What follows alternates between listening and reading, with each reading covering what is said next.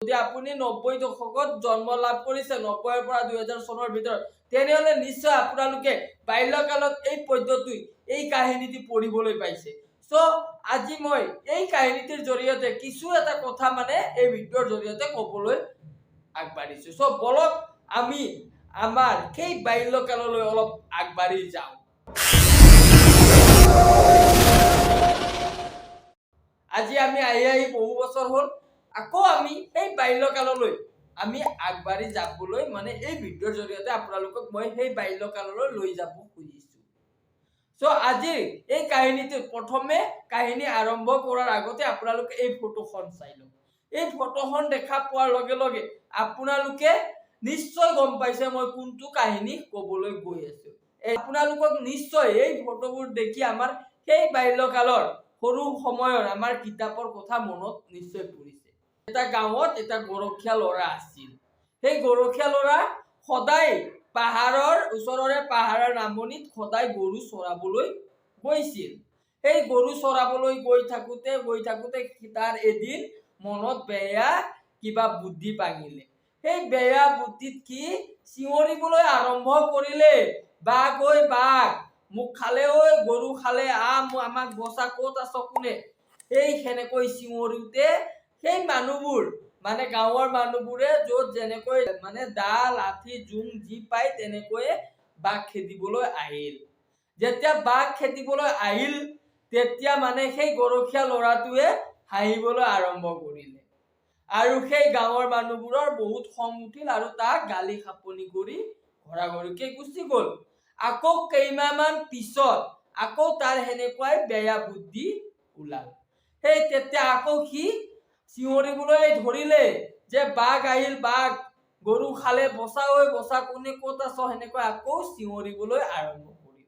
সেই চিঞৰিতে আকৌ গাঁৱৰ মানুহবোৰে যোনে যেনেকৈ দা লাঠি জুং যি পায় লৈ আহিল বাঘ খেদিবলৈ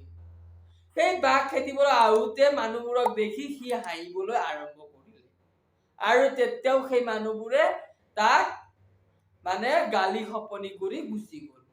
এতিয়া আকৌ তৃতীয়বাৰে কেইমাহমান পিছত এদিন সঁচাকৈ এটা প্ৰকাণ্ড বাঘ ওলাল আৰু তাৰ আগত আহিল তেতিয়া সি ভয়তে চিঞৰিবলৈ আৰম্ভ কৰিলে বাঘ আহিল বাঘ ওলাল মোক খালে ঐ খালে গৰু খালে বচা ঐ বচা সি যেতিয়া চিঞৰিবলৈ ধৰিল তেতিয়া মানুহবোৰে কোনেও তাক বচাবলৈ ওলাই নাহিল কাৰণ মানুহবোৰে ভাবিলে এইবাৰো সি আমাক ঠগাইছে এইবাৰো সি মিছা কথা কৈছে সেই কাৰণে তাক বচাবলৈ এইবাৰ কোনেও নাহিল তেতিয়া সেই বাঘটোৱে তাক থাপ মাৰি ধৰি পাহাৰলৈ লৈ গ'ল আৰু তাক মাৰি পেলালে কি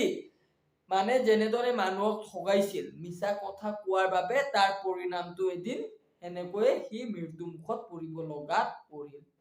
গতিকে এই কাহিনীৰ পৰা আমি শিকিলো আমি মিছা কথা ক'ব নালাগে আমি যি পাৰো সদায় সঁচা কথা ক'ব লাগে মানুহক ঠগাব নালাগে কাৰণ যদি আপুনি মানুহবোৰক ঠগাই থাকে এনেদৰে এদিন দুদিন ঠগাই 3 দিনলৈকে বিশ্বাস কৰে কিন্তু 4 দিনৰ পৰা যদি আপুনি সঁচা কথাও কয় তেতিয়া কোনো মানুহে আপোনাক বিশ্বাস নকৰে গতিকে মানুহৰ বিশ্বাসৰ পাত্ৰ হ'বলৈ সদায় সঁচা কথা ক'ব লাগে যদি আপুনি মিছা কথা কয় তেন্তে মানুহবোৰে আপোনাক দুবাৰ তিনিবাৰ বিশ্বাসত ল'ব তাৰ পিছত আকৌ আপোনাক সদায় মিছা কথা কোৱা মিছলীয়া বুলি সদায় আপোনাক প্ৰতাৰণা কৰিব বা আপোনাৰ কথা নুশুনে তেতিয়া আপুনি যদি যিমানে সঁচা কথা কওক বা যিমানে সঁচা আপুনি দেখাবলৈ চেষ্টা কৰক কোনো মানুহে